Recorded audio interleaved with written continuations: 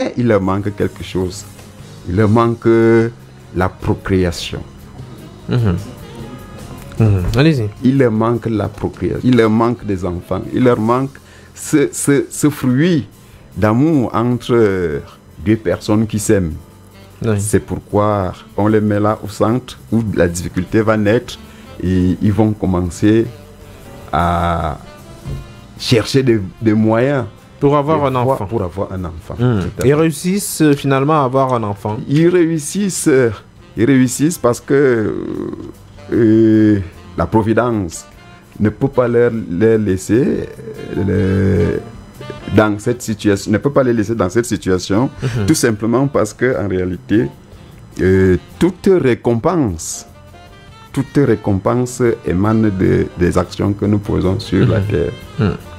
Alors finalement, c'est un jeune qui grandit au village, qui est très brillant. Il était attendu et il est très brillant. Il excelle à l'école et très vite, sans avoir même parfois les moyens nécessaires. Il évolue du primaire au lycée. Pour aller au secondaire, il y a quand même une tradition qu'on ne voit plus aujourd'hui, la proclamation des résultats le dimanche après l'église. Ce sont des pratiques quand même qui permettaient de célébrer, je veux dire, les valeurs en termes d'élèves qui pouvaient se distinguer. Tout à fait, Jean-Jacques, parce qu'en réalité, c'est des valeurs que nous déplorons également dans cette œuvre, parce qu'elles sont en train de disparaître de notre société. Peut-être c'est ça qui va vous révéler le titre de cette œuvre, c'est-à-dire que le pays de nos ancêtres, c'est-à-dire qu'on a enterré des valeurs qui pouvaient à chaque moment booster dans nos jeunes générations ou bien nous-mêmes le culte de l'effort, le culte de la recherche et ça a disparu. C'est pour dire ici qu'on peut être très intelligent et ne pas pouvoir s'affirmer dans notre pays. Élie Guibodo. Tout à fait, c'est monnaie courante. Et c'est d'ailleurs pourquoi nous sommes en train de réfléchir pour remettre l'équité, remettre la méritocratie, remettre dans notre société la justice qui va permettre à chacun de recevoir ce qu'il mérite.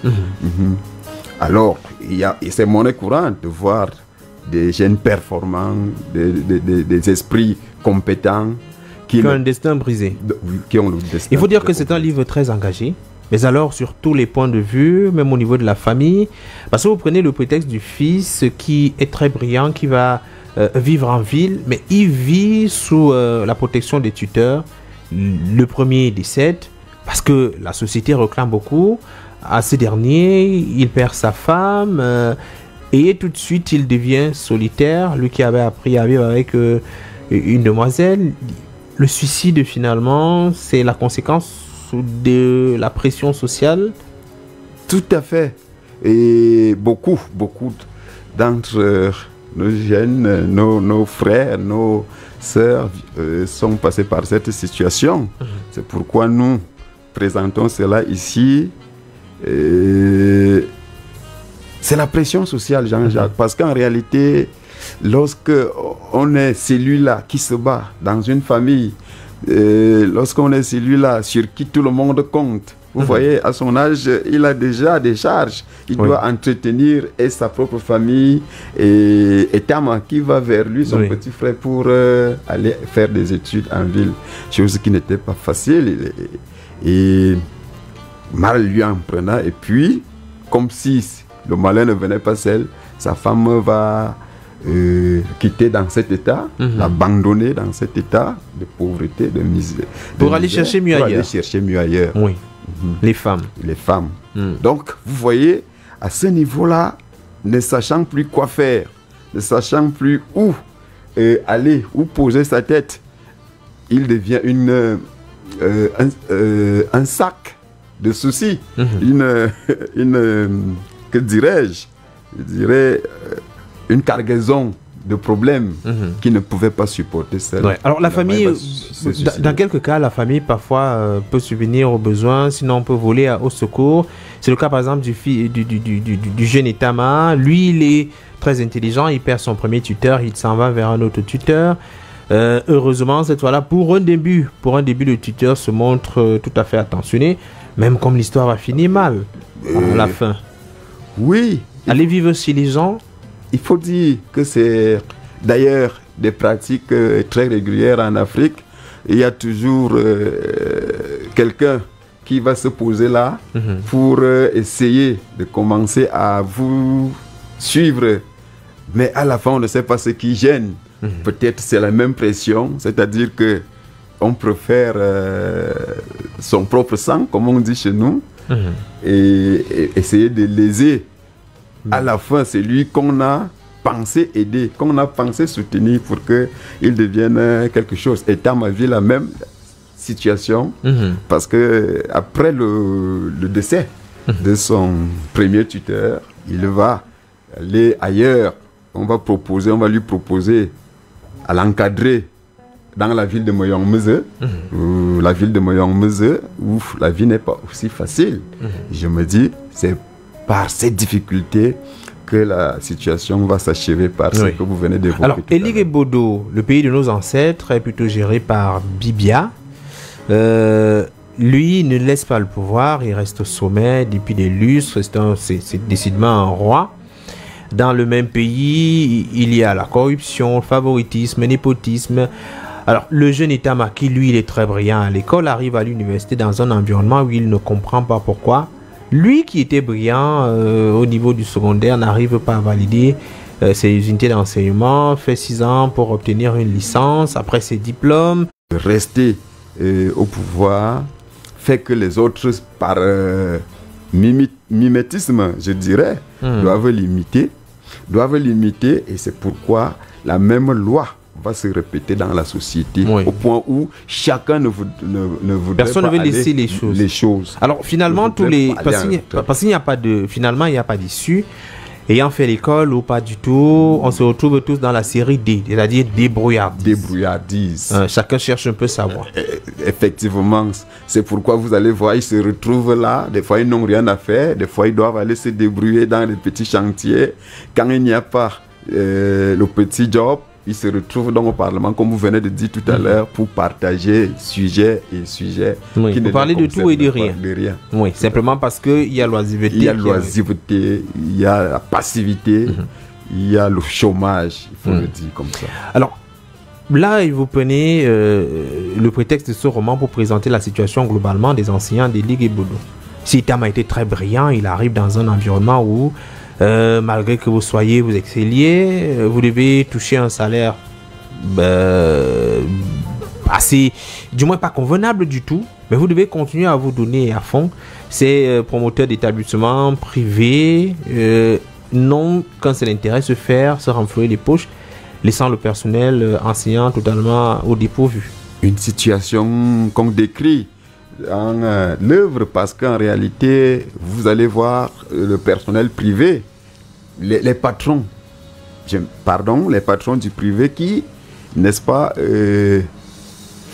qui exploitent et surexploitent, exploitent même à fond leurs employés contre des salaires dérisoires. C'est dans ce cas dans cette situation que Etama se retrouve avec beaucoup de ses collègues. Beaucoup de ses collègues. Il essaie quand même d'être un leader. Il se prend donc pour un leader qui veut révolutionner le secteur. secteur. C'est pas évident. C'est pas évident parce qu'il va se confronter à beaucoup d'obstacles. Il faut dire finalement qu'Eligé-Bodo, c'est un pays qui a des valeurs, mais qui a beaucoup de difficultés en termes d'insertion des jeunes sur le plan professionnel. Tout à fait. Eligé-Bodo, c'est un village. Eligé-Bodo, c'est un pays. Eligé-Bodo, c'est un continent. Eligé-Bodo, c'est même une planète. Oui. C'est-à-dire que qui a des valeurs qu'il n'exploite pas à fond. Alors au niveau des noms, on peut voir une particularité dans votre désignation des personnages. Etama, Edinga, nous voyons Edinga, Abeng, Etama. Bon, si on s'arrête seulement à ces quelques personnages, quelques noms, vous allez vous rendre. Et Tama, c'est celui qui sort de l'ordinaire. Il y a même Motapek. Oui, l'homme qui est le socle de la sagesse. Oui. La sagesse. Il incarne la sagesse. Et il met cette sagesse à la disposition de la société. Il ne la garde pas pour lui seul. Il est entre, c'est pourquoi on l'appelle Papa Motapek. C'est-à-dire il est la bibliothèque du village. Oui. Il est celui qui, en cas de problème, peut vous apporter tout de suite une solution, même si elle n'est pas matérielle. Une solution psychologique, une solution morale, une solution spirituelle. Là, il est question de dire qu'il ne faut surtout pas abandonner nos racines.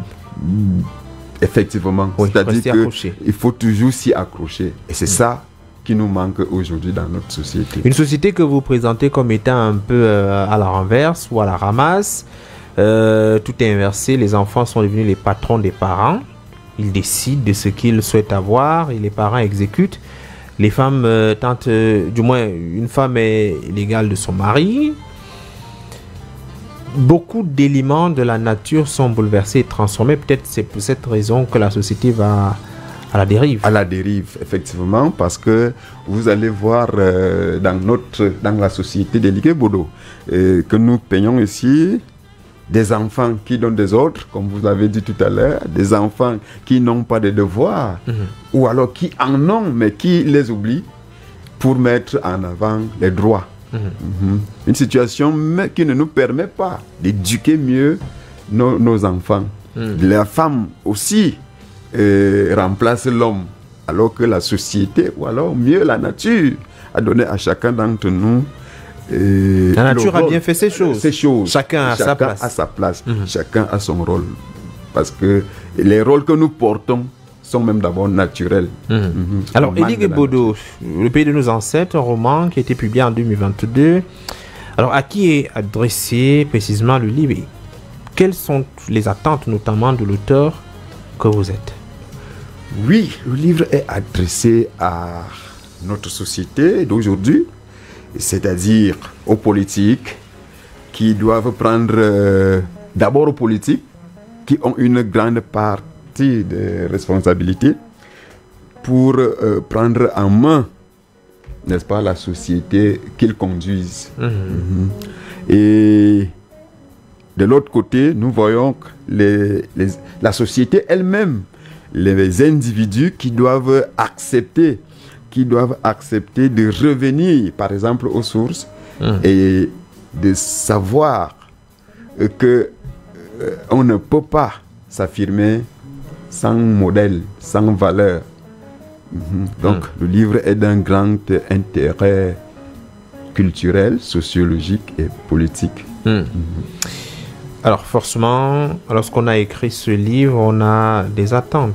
C'était que vous souhaitez soulever avant que l'on ne mette un terme à cet entretien.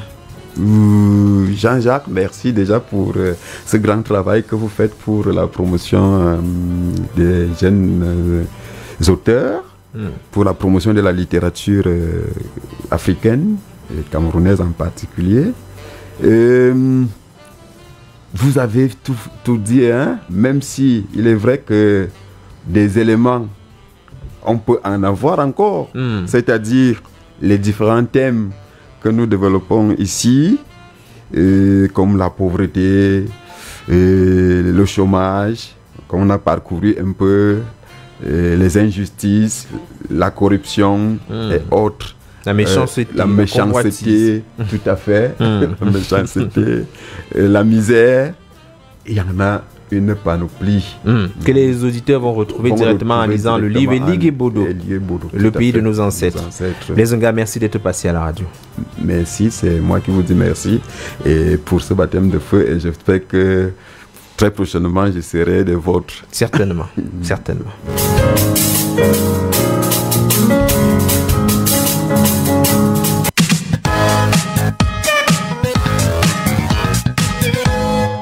Le point littéraire, les classiques littéraires. Les classiques